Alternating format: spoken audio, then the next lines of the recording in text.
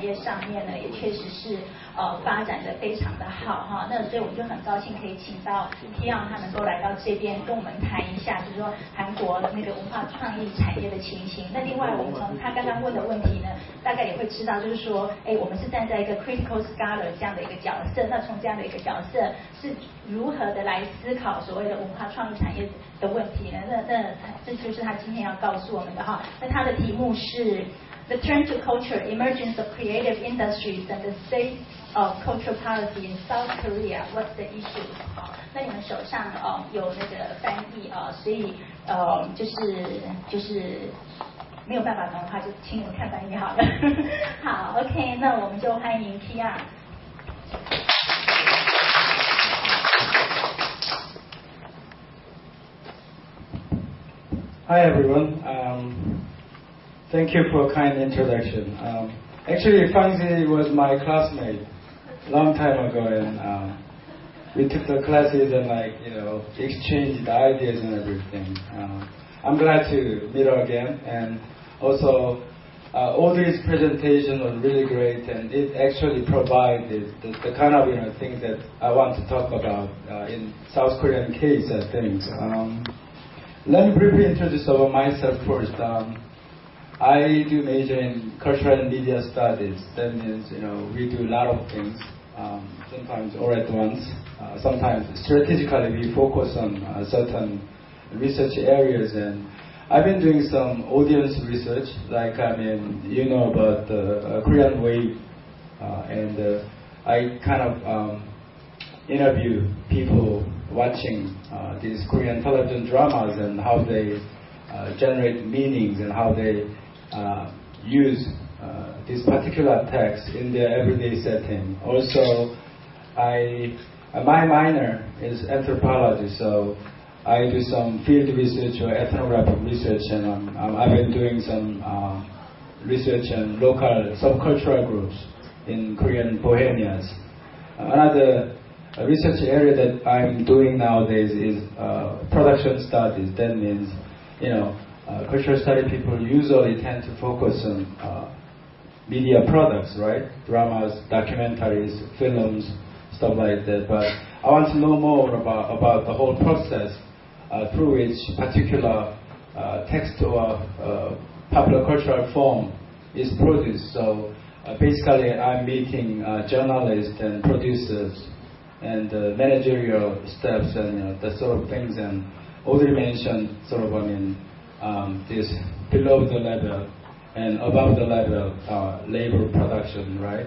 Production of labor. So I'm meeting some CPs and PDs, also ADs, all kinds of people making some documentaries and historical dramas. Listen to it. That's about my research activities.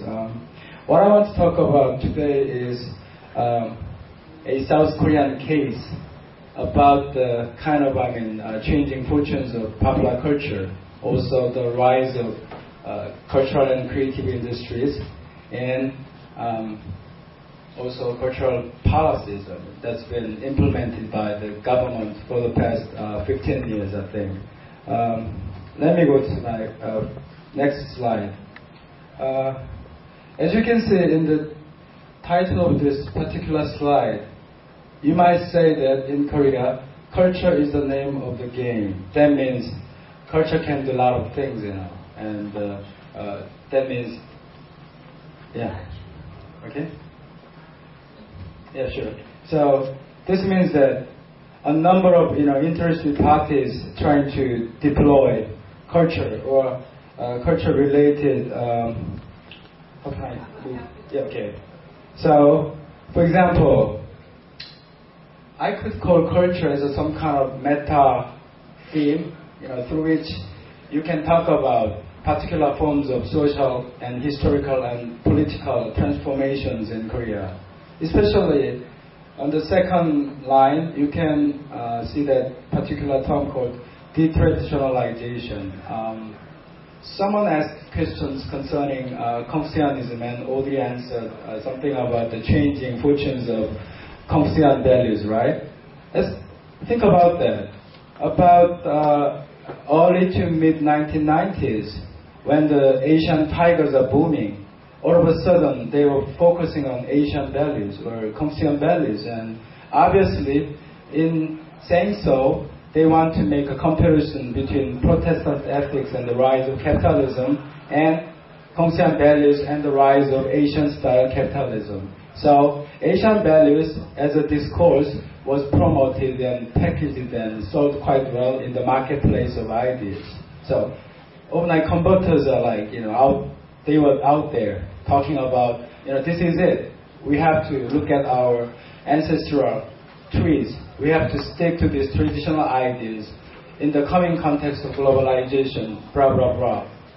And suddenly came IMF crisis, 1997, 98. Thai society got hit hard, Korean society got hit hard. Russians, had experienced similar things. Now the Greeks are, having big problem, right? So all of a sudden, no one actually talks about Confucian or Asian values anymore, except a few. Nowadays, they're talking about neoliberalism, or in their area of culture, they're talking about culture should be used as some kind of very useful resources for future growth, which already mentioned earlier.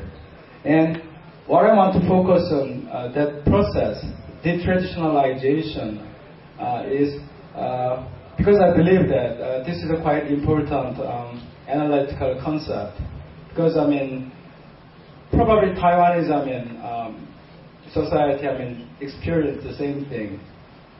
By detraditionalization, I think I can talk about twin forces of changing dimensions in society. One is tradition is being reconceptualized, reinvented, and reshaped in the context of rapid, flexible, and sometimes very predatory globalization.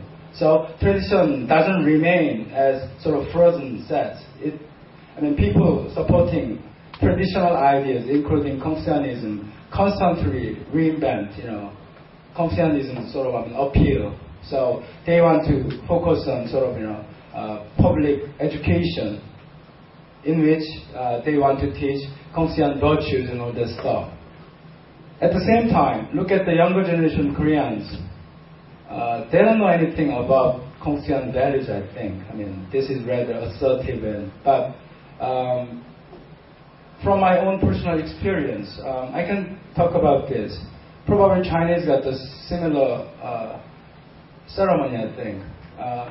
Every Thanksgiving, Korean Thanksgiving, we are having this ancestral ritual, right? We call that sacrifice. And it's part of very important Confucian ceremony. And it takes, in my home, exactly 10 minutes.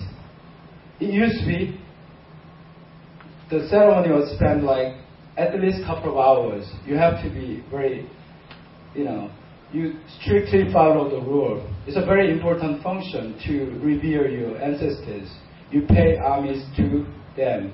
But nowadays, it became trace of what it used to be. I think that sums up the very status of Confucianism in a rapidly changing society like South Korea. So, to youngsters, tradition doesn't appeal to them that much, but somehow social elites and educational institutions trying to sort of still hold on to Confucian values. So there's a kind of tension in between. Also, globalization is a formidable force. I don't have to emphasize what it does. It sort of constantly put pressures on collective identity of a particular society.